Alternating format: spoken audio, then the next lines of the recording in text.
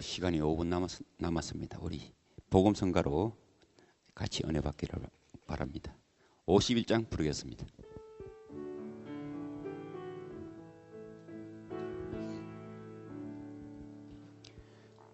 사랑은 언제나 오래 참고, 사랑은 언제나 온유하며, 사랑은 시기하지 않으며, 자랑도 교만도 아니하며, 사랑은 무례히 행치 않고, 자기의 유익을 굳지 않고, 사랑은 성내지 아니하며, 진리와 함께 기뻐하네. 사랑은 모든 것 감싸주고, 바라고 믿고 참아내며, 사랑은 영원토록 변함없네. 믿음과 소망과 사랑은 이 세상 끝까지 영원하며, 믿음과 소망과 사랑 중에 그 중에 제일은 사랑이라. 그 중에 제일은 사랑이라.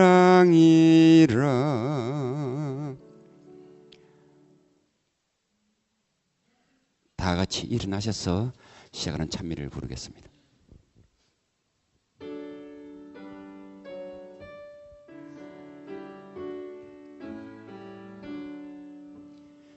여호와의 보호자 앞에 나라들 경배하여라.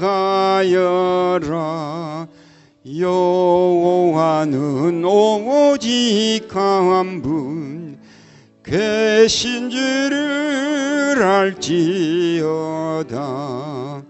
주 전능왕 내 하나님, 흙으로 우리 빚었네. 양떼같이 방황할 때 안전하게 인도하네.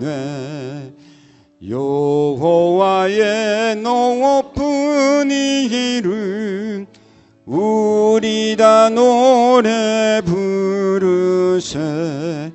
높고 하늘같이 노래소리 높여보세. 여호와의 크신 명령 온 세상 전파하여라. 여호와의 크신 사랑 영원 무궁하리로다. 불편하지 않으시면 다 같이 무릎 꿇고 기도하겠습니다.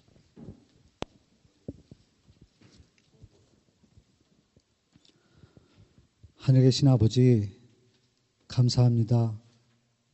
저희를 이토록 사랑해 주셔서 이 복된 안식일 또 다시금 저희들 허락하여 주시옵시며, 다시 한번 부족한 저희들을 주님의 귀한 존전으로 모아 주시옵시고 거룩한 시간으로 품어주시며 하늘의 귀한 말씀으로 채워주시오니 참으로 감사합니다.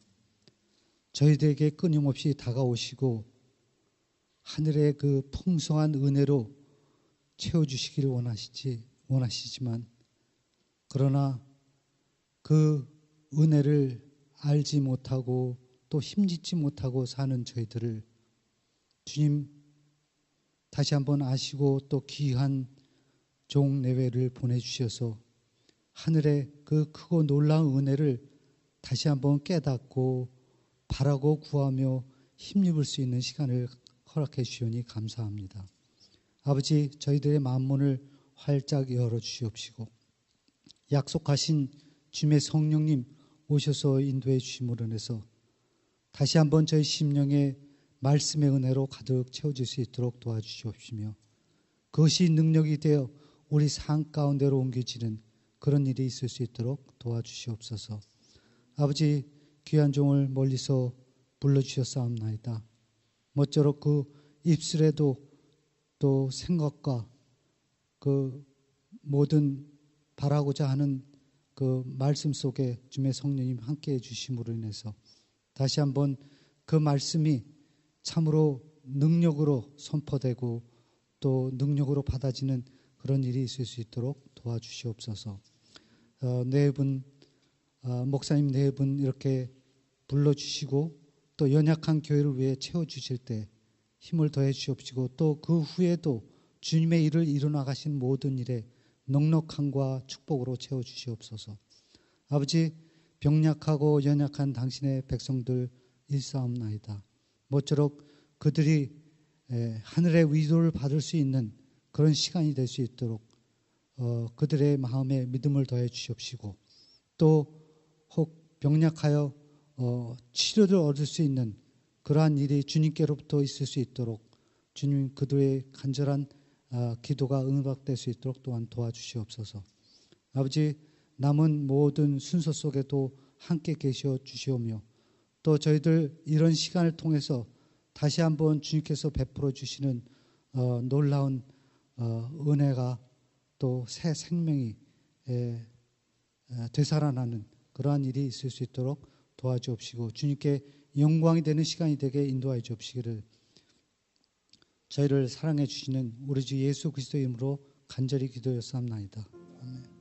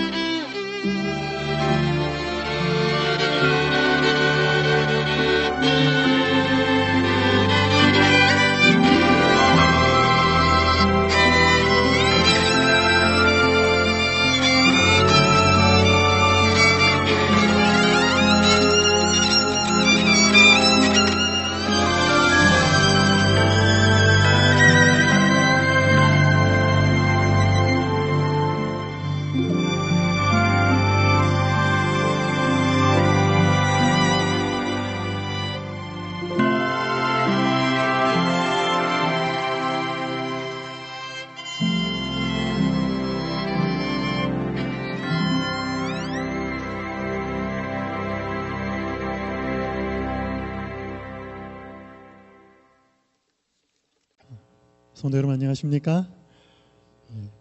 지난 목요일부터 또 말씀을 통해서 성도님들을 만나게 되어서 반갑습니다. 또 오늘 처음 뵙는 분들도 환영합니다. 잘 오셨습니다. 우리 김행정 교수님, 우리 하나님께 찬양을 돌리시는 아름다운 연주로 인해서 감사를 드립니다. 오늘 이 시간 저는 천국 시민의 우선순위라고 하는 제목으로 말씀을 대언하도록 하겠습니다. 스크린이 좀 가리기 때문에 제가 이렇게 좀 옆으로 서서 말씀을 전하도록 하겠습니다. 인생은 B와 D 사이의 C다.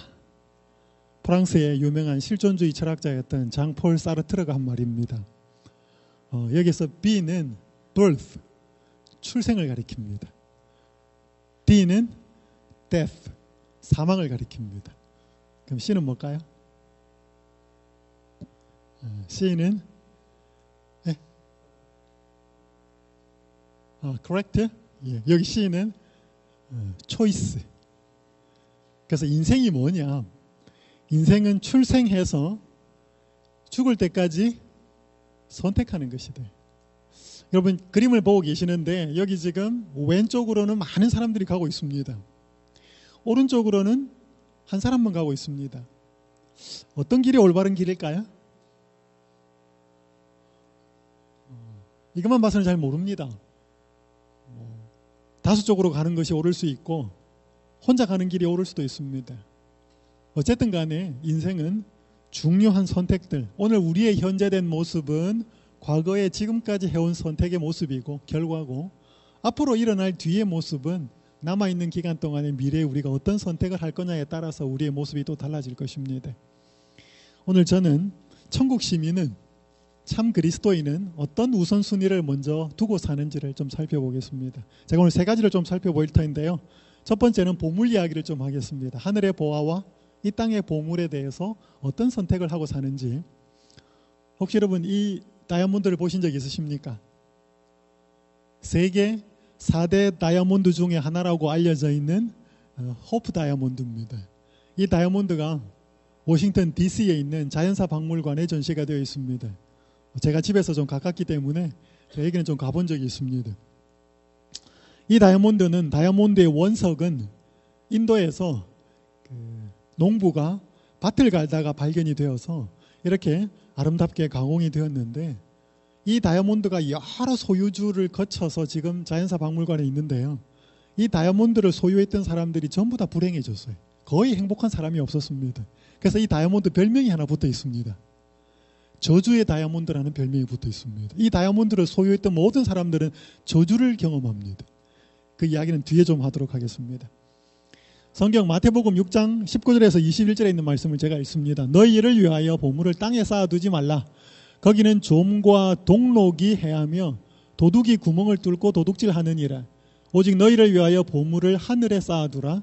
거기는 좀이나 동록이 해하지 못하며 도둑이 구멍을 뚫지도 못하고 도둑질도 못하느니라. 내 보물 있는 그곳에는 내 마음도 있느니라.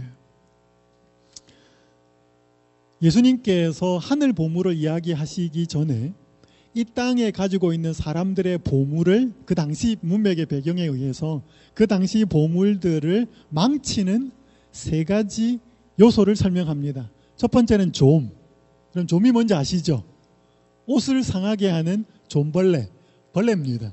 이건 어떤 보물을 상하게 하는가 하면 옷을 상하게 했습니다. 그럼 요즘 사람들이 옷을 보물이라고 생각하지는 않죠. 요즘 옷은 워낙 기성복이나 흔하게 만들어내기 때문에 옷을 보물이라고 생각하지 않지만 예수님 당시나 구약 성경에는 옷이 보물이었습니다. 그래서 여러분 열왕기하 5장에 보면 아람 군대 장관이었던 나아만이 문둥병, 나병에 걸려서 엘리사를 만나러 고침을 받으러 올 때 선물을 많이 가지고 옵니다. 선물을 많이 가지고 오는데 엘리사가 하나도 받지를 않아요. 그러니까 그 엘리사의 사환이었던 게하시가 보니까 좀 아쉬웠습니다. 그래서 나아만 장군이 돌아가는 일행에게 쫓아가서 보물을 받아오는데 은 1달란트와 옷 2벌을 받아옵니다. 왜냐하면 그 당시 사람들에게 옷은 귀한 보물이었기 때문에 그렇습니다. 그리고 여러분이 아시는 여호수아 7장에 보면 여리고성을 점령할 때 하나도 남기지 말고 다 진멸하라 그랬는데 아간이라는 사람이 그 보물하고 신할산 아름다운 외투 한 벌을 숨기면서 그가 나중에 그게 발각이 되어서 비참한 최후를 맞이하는 그때 아름다운 신할산 외투 옷이었습니다. 그 역시 보물이었습니다. 그래서 그 당시 구약이나 신약 시대에 보물을 상하게 하는 그 한 요소가 좀이었다. 좀을 이야기하고요. 그 다음에 녹이 쓰는 것이 또 보물을 방해하는 요소였는데, 왜냐하면 그 당시에는 지폐나 이런 화폐가 아니었고 구리, 동전으로 된 돈이었기 때문에 그것들을 쌓아놓고 보관을 잘못하면 녹이 슬어서 돈이 망가지기 때문에 또 보물을 방해하는 요소라고 이야기를 하고, 세 번째는 도둑이 구멍을 뚫고 와서 귀한 것을 훔쳐간다라고 이야기하고 있습니다. 예수님 당시의 집은 벽돌집이 아니었고 흙벽돌, 흙으로 만드는 것이었기 때문에 원하는 도둑들이 그 흙벽돌을 뚫고 집에 들어와서 귀한 물건을 훔쳐갔기 때문에 좀이나 동록이나 도적이 귀한 보물을 가지고 간다라고 하는 말씀으로 산상보훈에서 설명을 하고 있습니다. 블루호프 역사를 여러분이 인터넷에 찾아보시면 이 보물이 어떻게 소유주가 이전되었는지 엄청나게 많이 기록되어 있습니다. 그 중에 제가 생략하고 몇 개만 가지고 왔습니다. 보석상 장 바티스 타베르니에가 루이 14세에게 이 보물을 팝니다. 루이 14세가 그에게 귀족 자귀를 내렸으나 그 아들의 도박으로 파산을 하는데, 그는 다른 보석을 인도에 구하러 갔다가 들깨떼에게 잡아먹혀 죽습니다.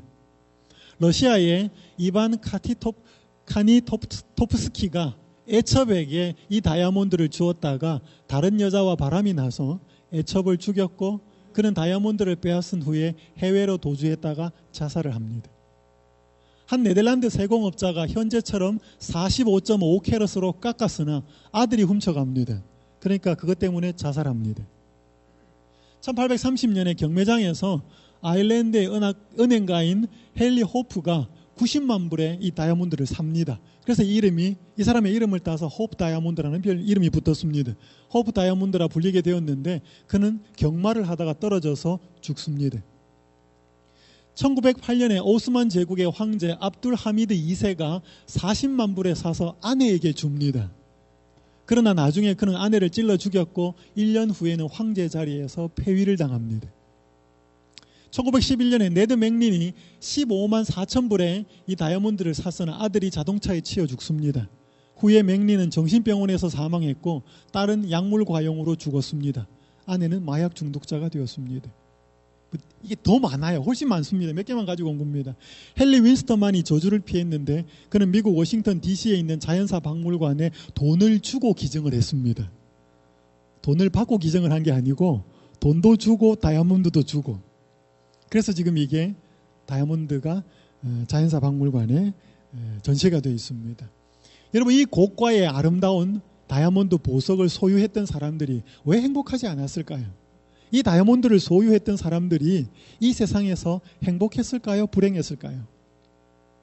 세상의 사람들이 값나가는 귀한 보물, 이 땅의 보물을 소유하고 사는 사람들이 없는 사람들은 바라보면 행복할 것처럼 보입니다. 그것만 가지면. 그래서 사람들이 자꾸 소유하려고 하죠. 영상을 하나 잠깐만 좀 보겠습니다. 파워볼 당첨자, 일단 당첨금만 놓고 보면 참 부러우시죠. 일확천금의 꿈을 이룬 복권 볼륨을 좀 높이겠습니다.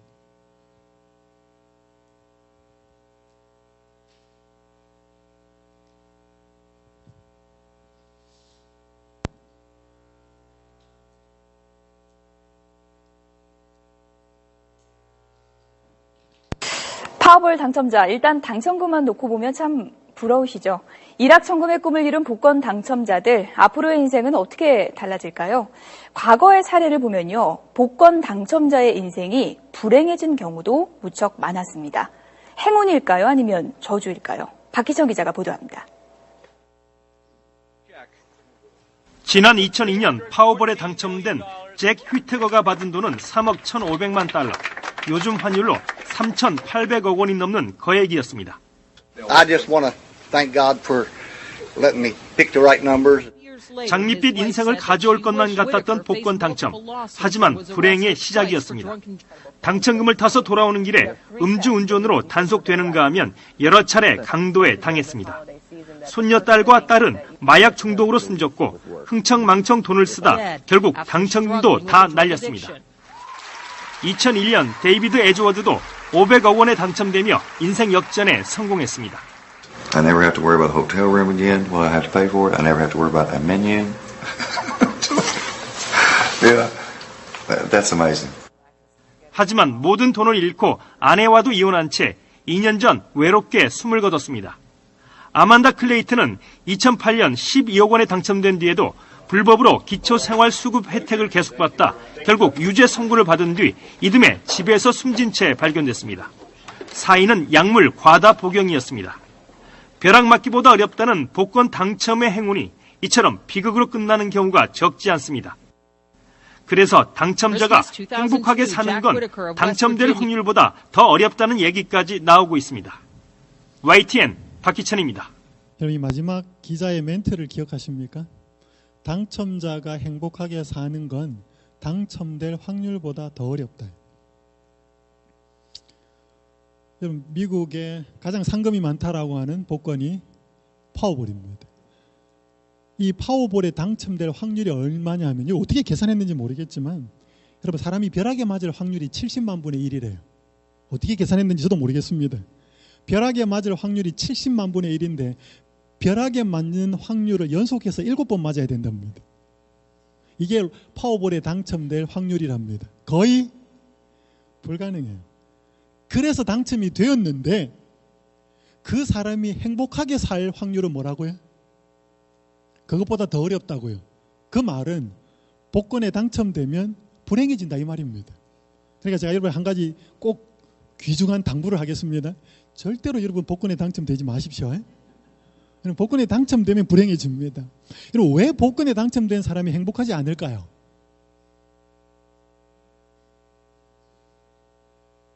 여러분, 잘 이해하셔야 됩니다. 복권에 당첨된 사람이 행복하지 않는 것은 이게 하나님 법칙이 아니라서 그래요. 하나님 법칙, 어제 제가 우리 임집사님 댁에서 식사를 하는데, 임집사님 댁인가 어디 식사를 하면서 나누었던 우리 교우님들하고 대화가 뭐냐 하면, 농사를 지어보면 참 정직하다.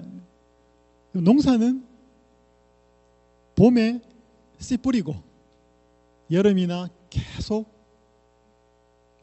잡초 뽑아주고 그렇게 가을에 수확을 얻는 것처럼 여러분, 그것은 농사의 법칙이 아니고 자연의 법칙이 아니고 그건 하나님의 법칙이에요. 그래서 하나님의 법칙을 순종하면 반드시 행복하지만 하나님의 법칙을 어기면 행복한 것처럼 보이지만 결국은 불행해질 수밖에 없어요. 이 로또는 사람이 땀을 흘려서 수고한 만큼이 아니라 이건 하나님의 법칙에서 벗어나는 것이기 때문에 여기에 해당되는 사람은 결코 행복할 수가 없어요. 제가 한국에서 대학을 다니면서 좀 집이 가난했습니다. 그래서 공사장에서 아파트장에서 노가다도 하고 제가 대학을 다니면서 학생들은 과외를 해서 공부도 가르쳤습니다. 똑같이 10,000원을 벌어도요, 공사장에서 번 돈 10,000원하고 제가 과외를 해서 번 10,000원은 달라요. 과외에서 번 돈은 쉽게 썼어요. 근데 제가 공사장에서 하루 종일 일하고 힘들게 번 돈 10,000원은 쓰기가 힘들었습니다. 돈이 여러분 돈이라고 해서 다 똑같지 않아요. 그렇기 때문에 돈은 땀이 들어가고 대가가 지불되고 역사가 있어야만 그 돈은 사람을 행복하게 만들지 많다고 해서 절대로 행복을 주지 않아요. 그래서 여러분, 절대로 제가 당부를 드리니까 복권을 사지 마십시오. 복권을 샀다, 그래서 혹시 당첨이 됐다, 전부 기부하십시오. 그러면 여러분 절대로 불행해지지 않습니다. 별로 제 말을 기뻐하지 않습니다. 마태복음 6장 24절은 이렇게 말씀합니다. 한 사람이 두 주인을 섬기지 못할 것이니 혹 이를 미워하고 저를 사랑하거나 혹 이를 중히 여기고 저를 경히 여김이라. 너희가 하나님과 재물을 겸하여 섬기지 뭐라고요? 못하느니라. 여러분, 성경은 재물하고 하나님을 겸하여 섬기지 말라고 말씀하지 않아요. 뭐라 그래? 못 섬긴다 그래요. 많은 사람들이 이게 자꾸 도전을 하려고 그럽니다. 나는 재물도 섬기고 하나님도 섬기려고. 근데 안 됩니다. 이환천이라고 하는 시인이 몸이라고 하는 시를 쓰면서 이렇게 썼습니다. 나의 몸은 묵지바다. 묵고 찌고 안 빠진다. 여러분, 우리가 페이퍼, scissors, rock, 가위바위보 있죠? 이제 그거 이야기를 하는데, 경상도 사람은 먹는다는 말을 묵는다는 말로도 씁니다. 그래서 묵지빠. 묵고 쪘는데 안 빠진다. 여러분, 살다 보면 살이 자꾸 쪄요, 빠져요. 특별한 경우가 아니라면 대부분 살이 붙어요. 그래서 사람들이 많은 에너지와 시간과 노력을 들여서 다이어트를 합니다.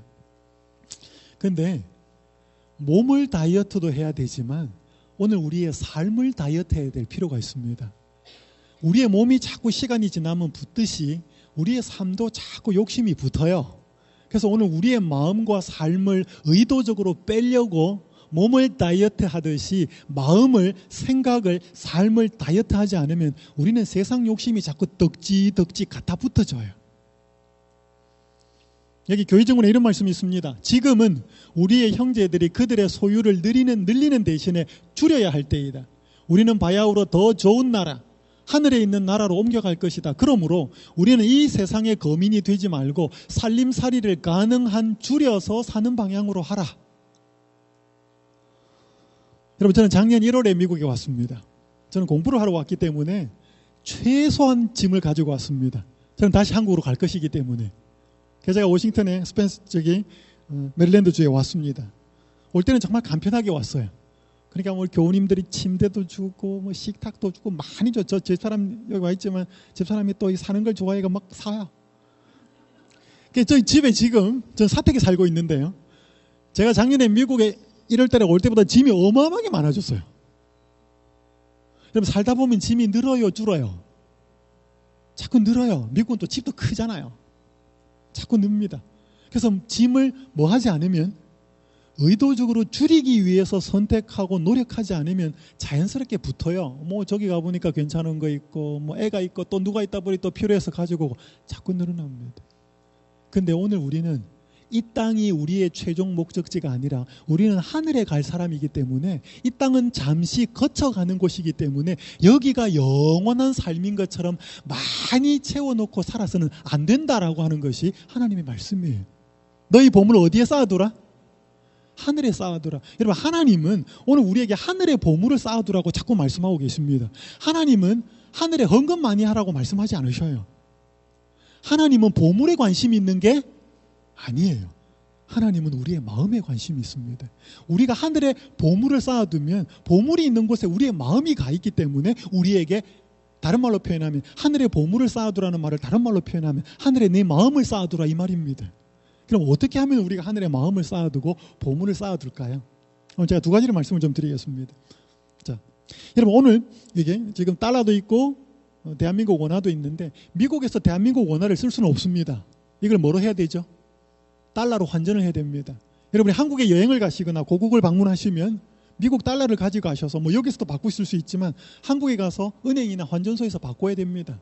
이 땅에 나라만 옮겨가도 화폐의 단위가 다르기 때문에 환전을 해야 되는 것처럼 오늘 하늘에 가는 데에도 우리가 이 땅의 재물을 가지고, 이 땅의 재능을 가지고, 이 땅의 달란트를 가지고, 이 땅의 시간들을 가지고 우리는 하늘에 바로 가지고 갈 수가 없습니다. 그래서 하늘의 보물을 쌓기 위해서는 마치 원화를 달러로 바꾸는 것처럼 우리가 하늘에 갈 수 있는 보물로 바꾸어야 됩니다. 하늘에 가져갈 수 있는 보물을 만들기 위해서. 그 보물이 뭔지를 제가 두 가지를 설명을 드리겠습니다. 파란 글자만 같이 읽겠습니다. 시작. 품성이 보물이다.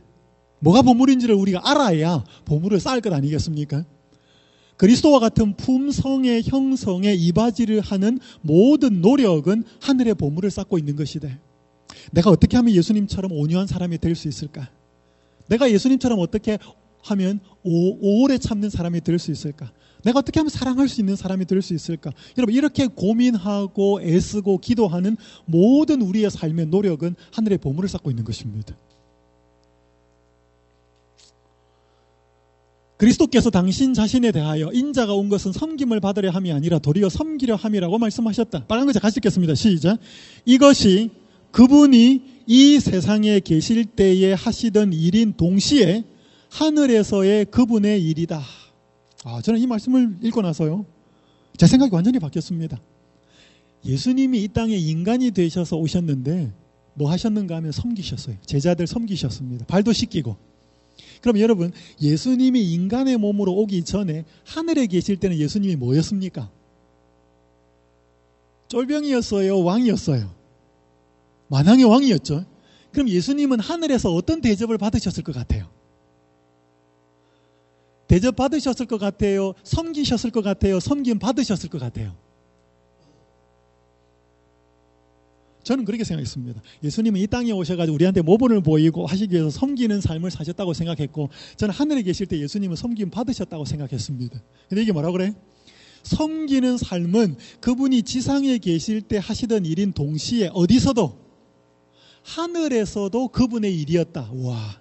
그러니까 예수님이 인간이 되어서 이 땅에 오시기 전에 하늘의 만왕의 왕으로 계실 때도 하늘에서 뭐 하셨다고요?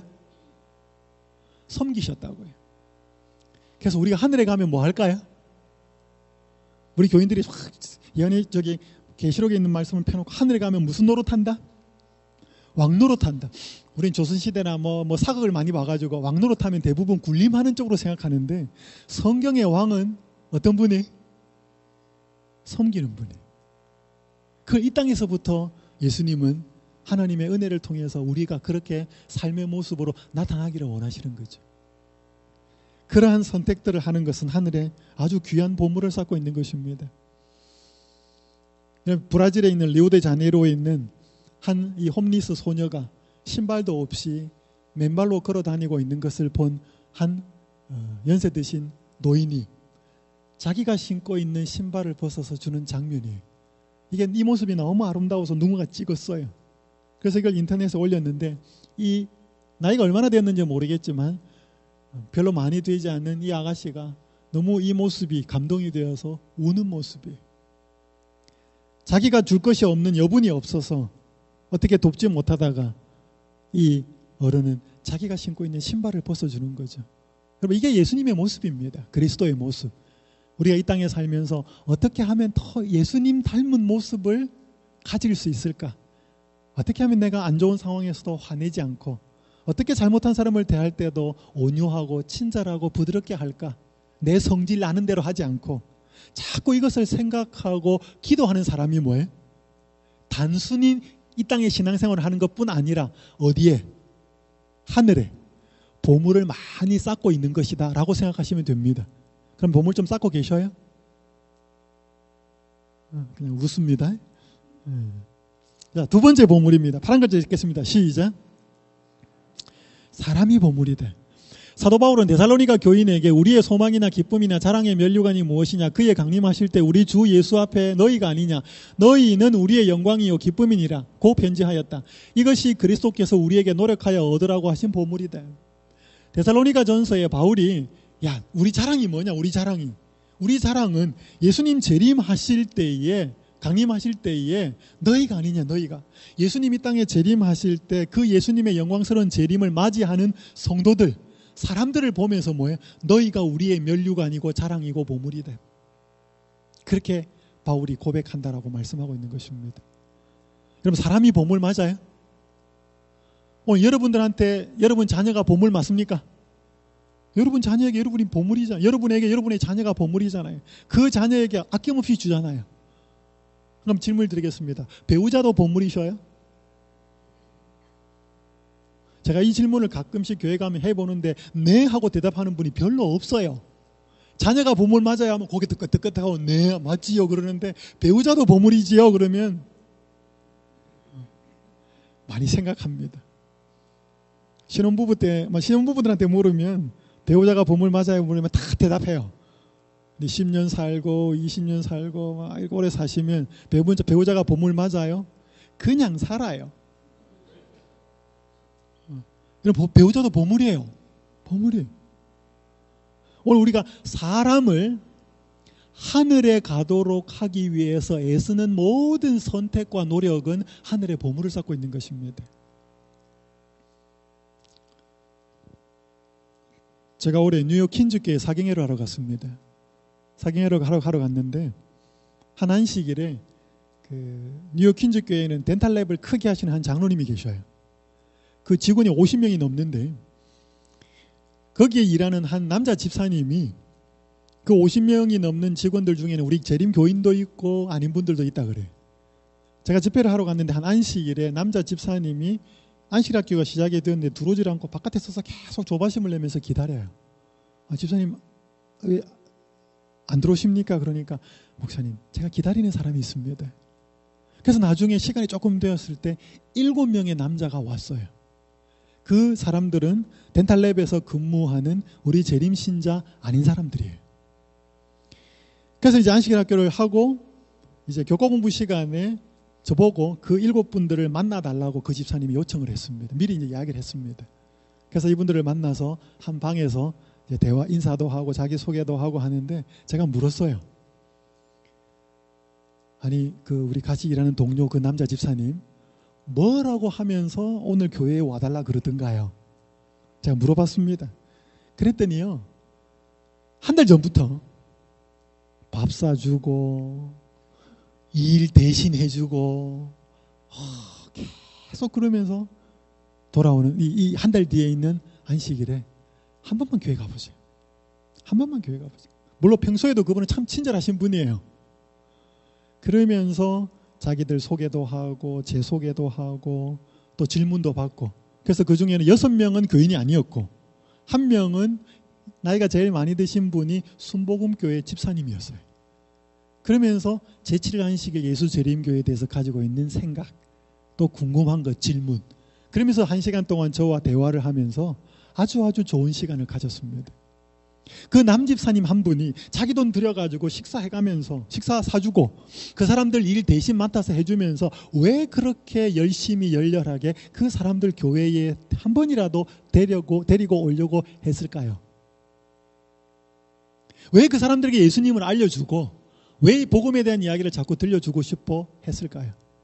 여러분 이게 예수님의 마음이에요. 예수님께서 이 땅의 모든 사람들이 구원을 얻어야 되기 때문에 그 사람들에게 자꾸 예수님에 대한 소식을 알려주기를 원하는 애타는 마음을 그분이 같이 가지고 있는 거죠. 여러분 그런 마음을 소유하는 사람 치고 하늘에 못 갈 사람은 한 사람도 없습니다. 오늘 우리가 사람들을 예수님께로 인도하기 위해서 선택하고 기도하고 애쓰는 모든 노력은 하늘의 보물을 쌓고 있는 것입니다. 오늘 우리가 이 보물이 좀 있어야 돼요. 자, 오늘 제가 하늘의 보물과 땅의 보물 비교하면서 그리스도인은 참된 신자는 하늘의 보물을 쌓기 위해서 이 땅의 보물보다 하늘의 보물을 쌓기에 더 애를 쓴다. 첫 번째 기억하시고요. 두 번째 초점에 대해서 좀 말씀을 좀 드리겠습니다. 함께 좀 읽겠습니다. 마태복음 6장 22절 23절 시작. 눈은 시작.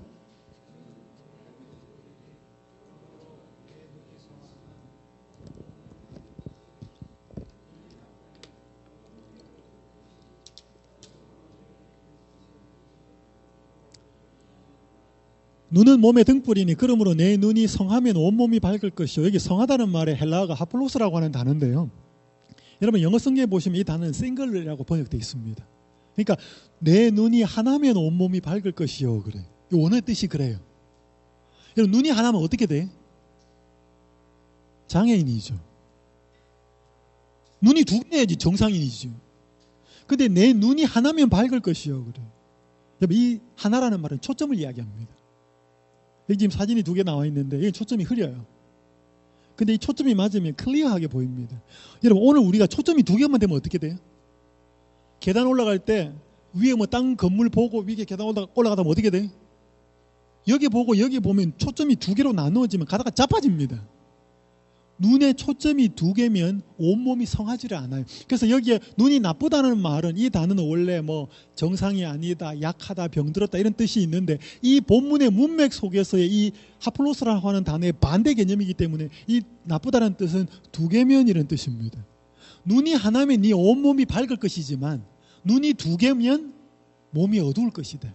너 몸에 문제가 있을 것이다 이 말입니다. 이 말은 뭔가 하면 오늘 우리의 삶의 초점이 둘이 아니고 하나여야 한다는 것입니다. 많은 신자들의 삶의 초점이 하늘도 맞추고 있고 이 땅도 맞추고 있어요. 눈이 2개입니다. 초점이. 그래서 하늘도 얻어야 되겠는데 이 땅도 관심이 많아요. 영상 하나 보겠습니다. Find a small dish and line it with plastic wrap in a way that takes the shape of the bowl. You can add water until the bowl is nearly full and gather each of the plastic corners at the top. 영어 This 모르셔도 will form a little 괜찮습니다. liquid pouch, 뭐 하고 있는지 and by 장면만 twisting the 보십시오. corners together, you can seal the 물을 water 넣어서 랩을 inside. 쌉니다. You've just formed a clear 그 사람이 liquid 이걸 뭘 sphere 하는지 보십시오. that fits in the palm of your hand. Now put the sun behind you and focus the light on a dark 검은 piece 종이 of paper. 목줄을 태우는 것입니다. Your tinder should start smoking within seconds, and when enough embers have collected inside, you'll soon have your fire. Take a picture frame and cover it with a layer of plastic wrap, then suspend it on something a couple of feet off the ground. Now carefully pour hot water onto the plastic, and as you do, it'll begin to sag, forming a natural and effective liquid lens. Now gather up something you can use as tinder and find the focal point of the beam to concentrate the heat. When your tinder is smoldering, set it down so that it rests in the beam, and now you can sit back and watch the elements ignite the fire for you, completely hands-free. Try to find a juice bottle that looks like a giant plastic bubble and fill it with water. Position the liquid-filled bubble between the sun and your tinder pile until you find the spot where it starts smoking. Hold everything steady so the heat will continue to build, then add something like dried grass to help you lift the pile up and blow the smoldering embers into a 여러분이 유튜브나 구글에 들어가셔가지고 불 피우는 방법 이렇게 치시면 오만 개 다 떠요. 얼음으로도 피우고 뭐 라면 봉지로도 불 피우고 하는 게 여러 가지 나오는데 모든 불을 피우는 태양을 이용해서 불을 피우는 모든 방법의 공통점은 뭐예요? 초점을 맞추는 것입니다. 돋보기처럼 만드는 것이지. 그게 물도 되고 얼음도 되고 심지어 전구도 돼요. 여러분 불은 누가 피워요? 불은 태양이 만듭니다. 불은 태양이 붙이게 만드는데 저 태양은 너무 멀리 있고 퍼져 있기 때문에 저 태양의 파워를 물이든 얼음이든 돋보기든 그 렌즈를 뭐 하면 그 어마어마한 태양의 초점을 모으면 그래서 아주 정밀하게 조그맣게 포커스를 맞추면 거기에 불이 붙습니다. 초점이라는 것이. 초점이 대단히 이거 퍽 퍼져갖고는 아무것도 안 되는 것입니다. 그래서 오늘 우리가 살아가는 데 있어서 눈의 초점이 아니고 우리의 삶의 초점, 마음의 초점이 어디로 맞추어져 있느냐가 대단히 중요하다는 것입니다. 여기 사도 바울이 빌립보 3장 12절에서 14절에 보면 내가 이미 얻었다 함도 아니요 온전히 이루었다 함도 아니라 오직 내가 그리스도 예수께 잡힌 바 된 그것을 잡으려고 달려가노라. 형제들아 나는 아직 내가 잡은 줄로 여기지 아니하고 오직 한 일 즉 뒤에 있는 것은 잊어버리고 앞에 있는 것을 잡으려고 표대를 향하여 그리스도 예수 안에서 하나님이 위에서 부르신 부름의 상을 위하여 달려가노라. 이 표대가 뭐냐 하면 바울이 빌립보서를 쓰면서 그 당시 고대 올림픽의 육상 경기를 염두에 두고 쓴 표현입니다. 그러면 달리기 선수들이 트랙에서 초점이 어디에 맞춰져 있어요? 시선이 어디에 가 있습니까? 결승점, 그죠? 피니시 라인. 제가 보스턴에서 공부를 하는데요. 보스턴에 가보면 그 유명한 마라톤이 보스턴 마라톤이 유명합니다.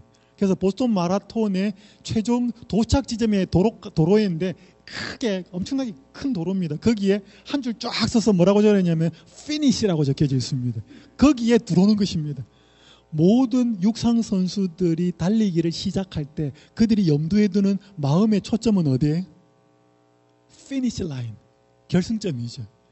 그것처럼 바울은 거기에 빗대어서 자기의 삶의 표대가 어디에 있는지를 자기는 모든 것을 잊어버리고 오직 그 표대를 향하여 달려간다라고 고백하고 있는 것입니다. 이 표대는 하늘이 될 수도 있고 이 표대는 예수 그리스도를 의미하는 것입니다.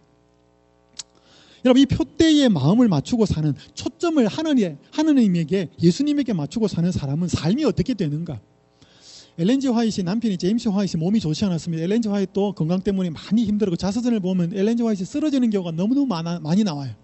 1867년에 남편 제임스 화이트이 중풍병으로 고생할 때 뉴욕에 있는 한 요양병원에 입원을 하게 됩니다. 그 당시나 지금이나 장기적으로 환자들이 이렇게 심각한 병에 걸려 있으면 가족들도 우울증에 빠지거나 스트레스를 많이 경험합니다. 그래서 이 당시에 뉴욕에 있는 한 요양병원에서 한 병에 걸리는 환자들의 가족들에게 좀 즐거움을 주기 위해서 무도회를 하거나 댄스 파티를 하거나 여러 가지 오락들을 병원이 운영을 했습니다. 그래서 이 담당 의사가 제임스 화이트 담당 의사가 이 아내인 엘렌 화이트에게 당신도 무도회나 이런 즐거운 프로그램에 좀 참석해서 마음을 좀 즐겁게 하십시오 라고 의사가 화이트분에게 권했을 때 한 말이에요. 엘렌 화이트 그 의사에게 뭐라고 이야기하는가 하면 그대는 당신은 의사에게 하는 말입니다. 내가 우울하고 낙심하고 불평하는 것을 본 일이 있는가? 나는 이것을 금지하는 신앙을 가지고 있다. 그리스도를 가장 가까이 따른 사람들은 우울해하지 않았다. 그리스도 안에는 영원히 빛과 평화와 기쁨이 있다.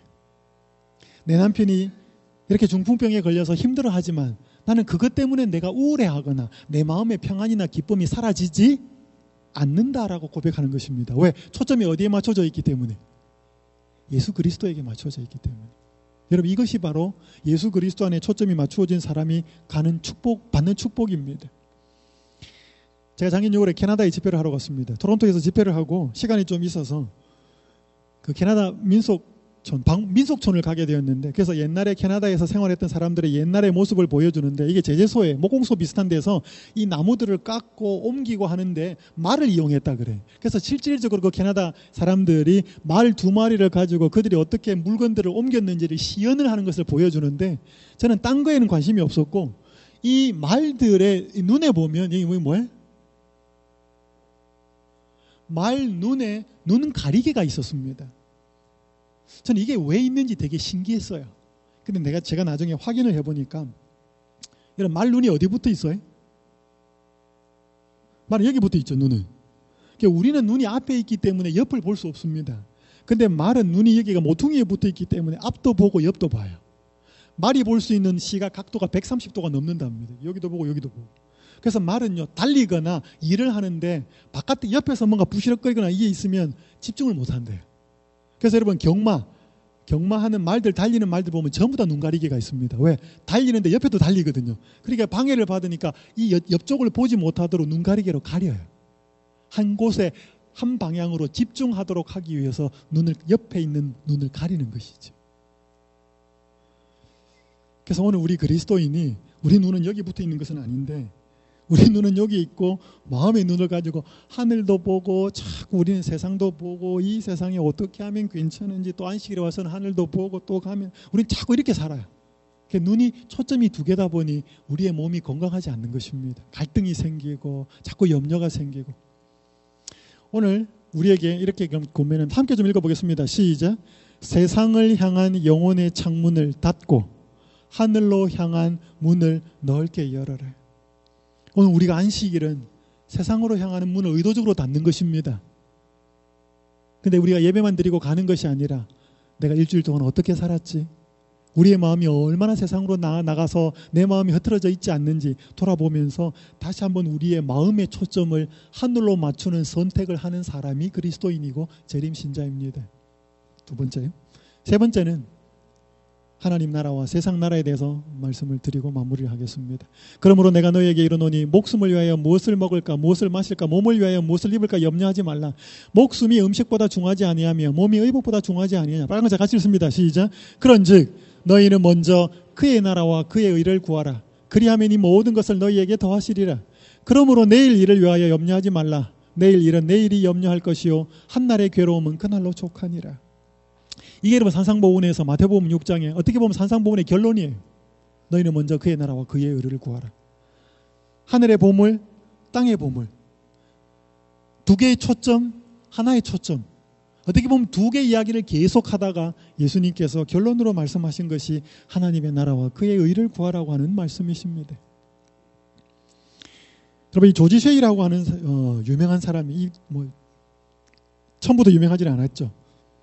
1909년에 캐나다에서 태어납니다. 캐나다에서 감리교 목사님의 아들로 태어나는데 8남매예요. 그의 넷째로 태어나는데 가난했습니다. 그래서 캐나다에서 칼리지를 졸업하고 뉴욕으로 편입을 해서 대학에 들어오는데 이때가 미국의 대공황 때였습니다. 그러니까 모든 사람들이 힘들게 살아갈 즈음에 너무나 가난한 집 아들이었기 때문에, 목사의 아들이었기 때문에 돈이 없어서 공부를 계속하지 못합니다.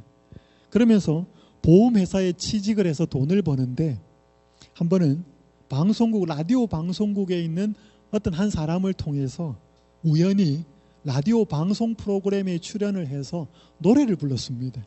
근데 이 조지 쉐이라고 하는 이 사람이 노래를 잘했다 그래. 그래서 그 노래가 너무 감동적이어가지고 그 PD가 당신이 이 라디오 방송에 고정 출연을 했으면 좋겠다라고 하는 제안이 와요.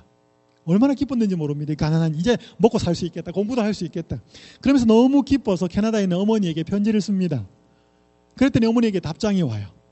어머니가 여러 글을 쓰고 어머니가 평소에 아주 잘 읽는 아름다운 시 한 편을 같이 써서 보냅니다.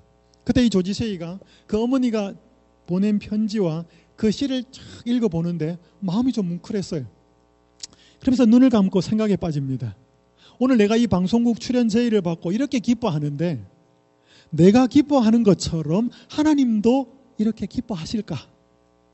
라고 하는 생각이 들면서 다시 한번 마음에 생각을 하고 방송국 일을 하지 않겠다라고 결심을 합니다. 그러면서 그 어머니가 보내준 시에 곡을 붙입니다. 거기에서 곡을 붙여서 만든 찬미가가 지금 우리 찬미가 420장이 있는 주 예수보다 더라고 하는 찬미예요. 주 예수보다 더 귀한 것은 없네. 이 세상 부귀와 바꿀 수 없네. 영 죽을 내 대신 돌아가신 그 놀라운 사랑 잊지 못해. 세상 즐거움 다 버리고 세상 자랑 다 버렸네. 주 예수보다 더 귀한 것은 없네. 예수밖에는 없네. 그래서 2절 3절은 여기에 부귀의 명예 뭐 이런 게 들어가요. 드디어 방송국에서 연락이 옵니다. 그때 방송국 PD에게 그가 이런 말을 합니다. 죄송합니다. 저는 세상의 부귀 영화를 위해 살지 않고 오직 하나님의 영광을 위해 살기로 했습니다. 그리고 하나님이 주신 재능을 주님만을 위해 사용하기로 결심했습니다. 제가 방송국에 나가가지고 세상 노래를 부르면서 부르는 그것을 하기를 원치 않습니다. 이 재능은 하나님이 주셨기 때문에 주님만을 위해서 사용하기를 원합니다. 라고 거절을 해요. 그러니까 그 PD가 이해를 못합니다. 그리고 시간이 흘러서 이 조지 셰이가 누구를 만나게 되는가 하면 이 사람을 만나요. 이 사람 누구죠? 미국에 나온 유명한 세계적인 복음 전도자 빌리 그레이엄 목사를 만납니다. 그러면서 1947년에 복음 전도 협회라고 하는 팀이 만들어지는데 빌리 그레이엄 목사가 전도팀을 만드는데 거기에 이 조지 셰이가 젊었을 때 합류를 합니다. 여기 이 사람이 네 명이 복음 전도 협회의 빌리 그레이엄 선교팀의 오리지널 첫 멤버였습니다. 여기 그레디 윌슨과 빌리 그레이엄이 말씀을 사역하는 목사 두 사람이고요. 여기 클리프 바로우즈라는 사람과 조지 셰이는 찬양 사역자입니다. 두 사람이 설교하고 두 사람은 찬양을 했습니다. 이 네 사람이요. 1947년에 복음전도협회가 만들어지는데 1948년에 캘리포니아에 있는 모데스토라고 하는 호텔에서 이 네 사람이 모여서 기도하면서 성명서를 발표합니다. 성명서를 발표하면서 우리가 뭐를 할 건가? 우리가 살면서 분명히 시험도 있고 어려움이 닥칠 텐데 우리가 앞으로 절대로 네 가지로 인해서는 우리가 시험에 들지 말자라고 모데스토라고 하는 호텔에서 성명서를 발표합니다. 그게 뭐냐면 네 가지가 우리는 돈에 깨끗하자. 그리고 우리는 이성 문제에 대해서 순결하자. 그리고 우리는 명예나 인기를 찾지 말자. 그리고 네 번째는 세상 사람들이 혹 우리의 좋은 의도로 했을지라도 비난이나 비판은 즐겁게 감내하자. 우리도 똑같이 맞받아쳐서 비난하고 비판하는 삶을 살지 말자. 요 네 가지 우리는 평생 사역하는 동안에 이런 일을 하겠습니다라고 발표를 합니다. 여러분 그게 모데스토 성명서라는 것인데 이 네 사람이 엄청난 인기를 누립니다. 전 세계를 다니니까요. 근데 돈 문제, 여자 문제, 어떤 문제 단 하나의 스캔들도 이 네 사람에겐 전혀 일어나지 않습니다. 모두 다 예수 그리스도에게 초점을 맞추고 사역을 합니다. 1983년에 이 조지 셰이가 73세가 되었을 때 네덜란드 암스테르담에서 큰 집회를 합니다. 그때 이 빌리 그레이엄 목사님이 감동적인 설교를 하고 물러납니다. 그때 조지 셰이가 나와서 찬양을 합니다. 감동적으로 이 대단히 굵은 베이스톤에 찬양을 깊이 하면서 사람들에게 열렬한 박수갈채를 받습니다. 그때 불렀던 찬미가가 주 예수보다 더. 그 찬미를 부르는데 사람들의 박수갈채가 끊이질 않아요. 그 박수 소리가 어느 정도 잦아들었을 때 조지 셰이가 그 회중을 향하여 이런 간증을 합니다. 여러분 진심으로 감사합니다. 그러나 저는 여러분의 뜨거운 박수갈채도 예수님과는 바꿀 수 없습니다. 그가 하나님이 주신 이 노래하는 재능을 받았을 때 그가 세상적으로 잘 나갈 수 있었지만 어떻게 보면 가수가 되었을 수도 있지만 하나님이 주신 재능을 그분의 나라와 그의 의를 구하는 일에 먼저 사용하겠다라고 결심하고 그것을 거절하면서 평생 이 빌리그레암 목사님과 함께 복음을 전하는 일에 헌신하고 그렇게 살다가 세상을 떠났습니다. 오늘 그가 이 땅에서의 명예나 인기 그것들은 많이 못 누렸습니다. 그러나 그가 전한 복음, 또 그가 불렀던 그 감동적인 찬양을 통해서 수많은 사람들이 그리스도께 돌아오고 예수 그리스도를 눈물로 발견하는 계기를 마련한 것입니다. 여러분, 이 세상 나라 그렇게 오래 가지 않을 것입니다. 예수님의 그 나라가 말 그대로 영광스러운 그 나라가 이루어질 것입니다. 여러분, 이 대총회에 가면 이 그림이 붙어져 있습니다. 여기에 대총회 이 재림을 맞이하는 사람들이 전부 다 대총회 직원들 국적이라 그래요. 그래서 여기 한국 사람도 있습니다. 보면 한복 입고 있는 사람도 보이는, 여기 한복 입는 사람도 있는데요. 여러분, 이게 그림을 이렇게 보면 그림처럼 보이지만 이게 대총회에는 그림이 붙어 있는데 대총회에 이렇게 방문하시면 가본 분도 계실 겁니다. 이건 퍼즐이에요. 이건 지금 퍼즐입니다. 퍼즐 맞추는 거 있죠. 그래서 이 1000개로 되어 있는 퍼즐을 대총회에 팔아요. 제 집에서 대총회까지가 한 5마일밖에 안 됩니다. 그래서 한 번은 그 워싱턴 스펜서빌 교회 안실학교 교장이 이 퍼즐을 갖고 와서 순서를 진행하다가 이 퍼즐 갖고 싶은 사람 손들어 보라 그랬어요. 그때 제 큰아이가 단상에서 그때 기도를 했는데 큰아이가 이런 걸 맞추는 걸 좋아해요. 그래서 손을 듣고 이걸 받아왔어요. 그래서 큰아이가 그 주에 이 1000개를 다 맞췄습니다. 저도 한번 맞춰볼 거라고 같이 붙었다가 뒷골이 땡겨서 죽는 줄 알았습니다. 다 그 사진, 그 그림이, 그 퍼즐이 그 퍼즐 같아가지고 못했는데 이 아이가 이걸 붙어가지고 다 맞췄습니다. 그래서 제가 그걸 다 맞췄을 때 아이가 박수를 쳐주고 그 아이에게 제가 이런 말을 했습니다. 성의 집 큰아이 이름입니다. 예수님이 재림하시는 그날에 우리 가족이 다 이렇게 이 그림의 모습처럼 환영하고 그 예수님의 재림을 맞아야 한다. 갑자기 애가 퍼즐 맞추고 나서 와! 다 맞췄다 해가지고 제가 갑자기 심각한 소리를 하니까 애가 멀떨떨해졌습니다. 아빠, 맞지, 그래. 여러분, 정말로 우리가 그림에서 보는 이 그림처럼, 아니 이 그림처럼 안 될 줄은 모르겠지만 어떻게 다르게 될 줄은 모르겠지만 분명히 예수님께서 다시 오실까요? 그래서 우리 이름이 뭐예요? 우리 교회 이름이 제7일 안식일 예수 재림교회. 여러분, 우리 이 영광스러운 이 예수님의 재림의 모습 때 우리는 어떤 모습으로 예수님을 맞이할까요? 오늘 그것은 우리의 현재의 삶에 달렸습니다. 예수 그리스도를 어떻게 생각하고 그분이 나에게 얼마만큼의 가치와 소중한 분으로 여겨지느냐에 따라서 우리는 이 자리에 서는 모습이 달라질 수 있을 것입니다. 천국 시민은 하늘의 보물에 우선순위를 두는 사람입니다. 예수님의 모습을 사모해 그분 닮기 위해 애쓰고 사람들에게 그 예수님 소개하기 위해 애쓸 때 우리는 하늘의 보물을 쌓고 있는 것입니다. 천국 시민은 세상으로 향하는 관심을 닫고 예수님에게 우선순위를 두는 마음의 초점이 하나인 하나님에게, 예수님에게 맞추어져 있는 사람이 천국 시민입니다. 천국 시민은 이 땅에서 먹고 사는 일로 염려하지 않고 먼저 하나님의 나라, 먼저 하나님과 그분의 나라에 우선순위를 두고 사는 사람입니다. 그게 재물일지, 그게 시간일지, 그것이 재능이고 달란트일지 그것을 가지고 그분을 위해 선택할 때 먹고 살고 이 땅에 살아가는 문제는 예수님이 하나님의 은혜로 이루어 주시는 것을 경험하고 사는 사람입니다. 오늘 이 천국 시민, 이 재림 신자의 아름다운 모습이 여러분과 저의 모습이 되기를 간절히 바라면서 말씀을 마치겠습니다.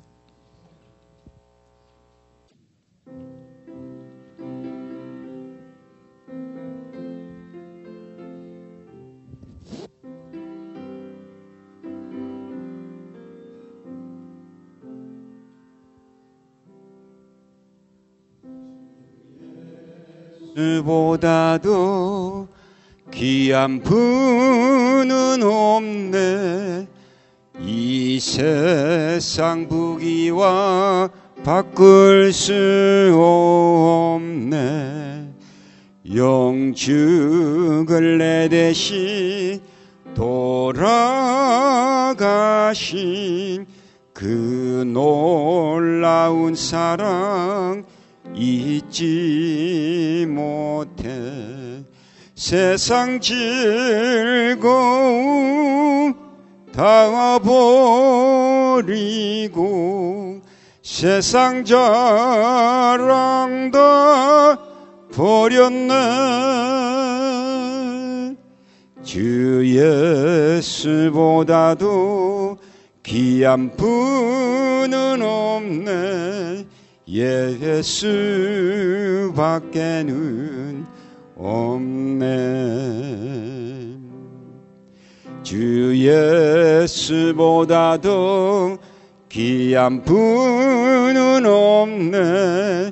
이 세상 부귀 바꿀 수 없네.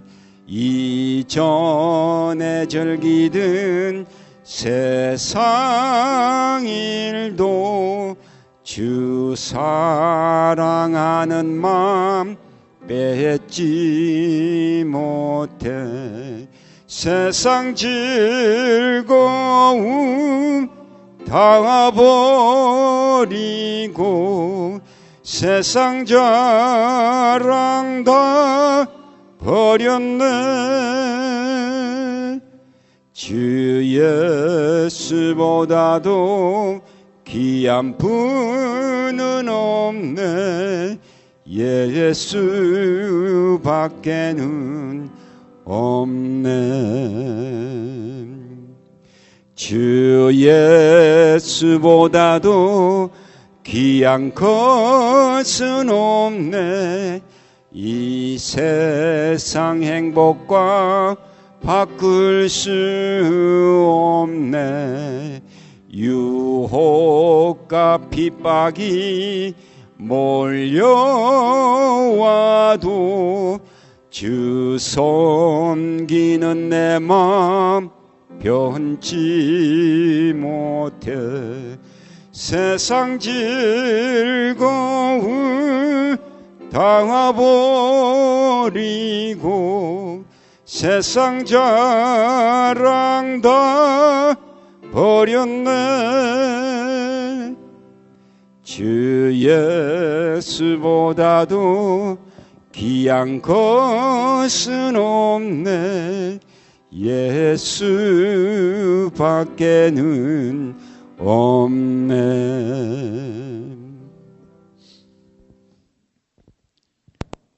하늘에 계신 아버지 하나님, 오늘 저희들에게 말씀하여 주셔서 감사합니다. 저희가 무엇을 자랑하고 살며 어디에 저희들의 마음을 두고 살며 저희들의 초점이 무엇인지를 돌아보게 하셔서 감사합니다. 저희의 마음이 세상으로 나가 있었고 세상의 보화들과 세상의 명예와 인기들과 세상의 나라들의 초점이 맞추어졌다면 아버지 하나님, 저희의 마음이 성령을 통하여 예수님의 은혜를 통하여 다시금 예수님께 초점이 맞추어지는 삶을 살 수 있도록 인도하여 주시옵소서. 세상의 허무함을 보게 하시고 영원한 것의 가치를 잊어버리지 않도록 인도하여 주시옵소서. 예수님의 온 마음이 저희에게 있듯이 저희의 온 마음이 예수님에게 모아질 수 있도록 축복하여 주시옵소서. 이제는 우리 주 예수 그리스도의 크신 은혜와 아버지 하나님의 다함없는 사랑과 성령의 교통하심이 오늘 예수님께로, 하나님께로, 성령께로 하늘로 마음을 모든 아버지의 모든 자녀들 위해 지금부터 영원까지 함께해 주옵시기를 우리의 모든 귀한 것보다 더욱 귀한 존재가 되시는 예수 그리스도의 이름으로 간절히 기도드리옵나이다. 아멘.